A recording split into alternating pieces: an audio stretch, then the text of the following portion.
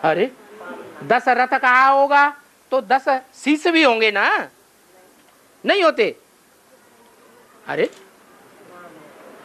अर्थात संगम युग में जब राम की आत्मा प्रत्यक्ष होती है राम बाप के रूप में, तो उसके प्रत्यक्ष होने से पहले उसको ज्ञान देने के निमित्त 10 धर्म के 10 रथ अर्थात 10 नारायणी आत्माएं निमित्त बन पड़ती हैं।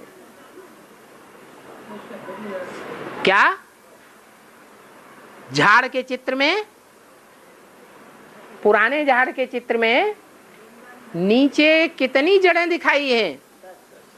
10 जड़ें दिखाई हैं। 10 जड़ों पर कितने रथ बैठे हुए हैं? है 10 रथ बैठे हुए।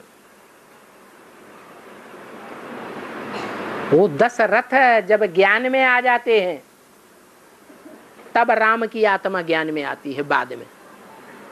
तो उनको पालना देने वाले कितने रथ हुए? 10 रथ हो गए।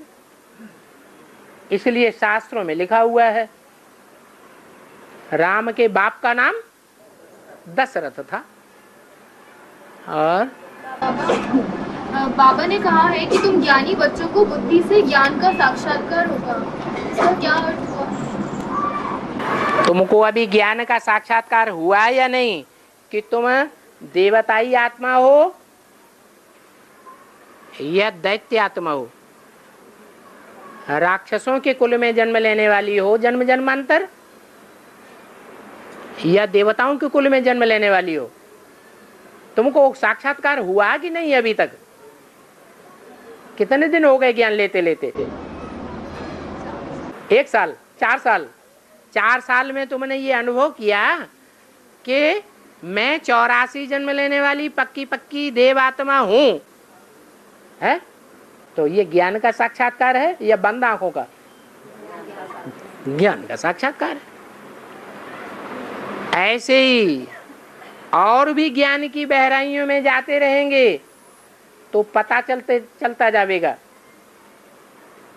कि मैं 84 जन्म लेने वाले 9 लाख देवात्माओं में से कौन सा सितारा हूं।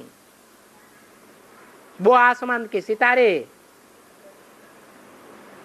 कोई ऐसे होते हैं जो झुंड के झुंड साथ में ही रहते हैं हर जगह, कोई ऐसे होते हैं जो ध्रुव तारे के बिल्कुल नजदीक होते हैं, कोई ऐसे होते हैं ध्रुव तारे से बहुत दूर होते हैं, कोई ऐसे होते हैं कि चंद्रमा के ही नजदीक रहते हैं, है? होते हैं कि नहीं? तो अपन को देखना है कि मैं कौन सा सितारा हूं।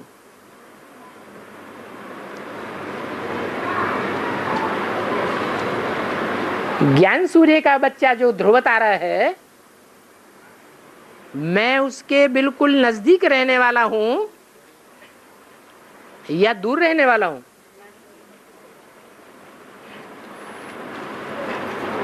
ये ब्राह्मण जन्म के संगमयुगी पार्ट से पता चल जाएगा।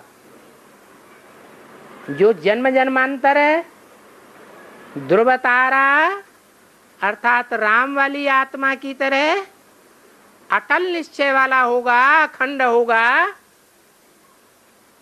उसके जो जन्म जन्मांतर नजदीक रहने वाले होंगे वो संगम युग में भी ज्ञान मिलने के बाद दुनिया की आत्माओं के अलावा, दुनिया की आत्माओं के मुकाबले राम वाली आत्मा के नजदीक रहकर प्रैक्टिकल में पार्ट बजावेंगे या दूर रहकर पार्ट बजावेंगे?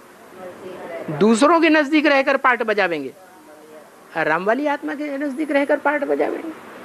तो अपन को देखना है मैं जन्म जन्मांतर कृष्ण के नजदीक रहने वाली आत्मा हूं या राम के नजदीक रहने वाली आत्मा हूं, राधा के नजदीक रहने वाली आत्मा हूं या सीता के नजदीक रहने वाली आत्मा हूं, अष्ट देवों के नजदीक रहने वाली आत्मा हूं या कौन सी आत्मा हूं?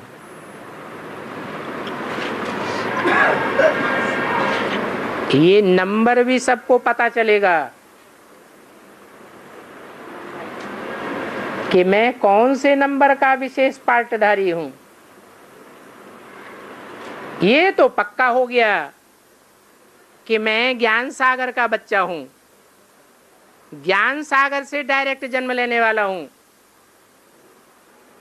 कि ये भी पक्का नहीं हुआ। अरे और बाबा यज्ञ के याद में जो बक्से में मुरलियां दबा के आए उसमें ब्रह्मा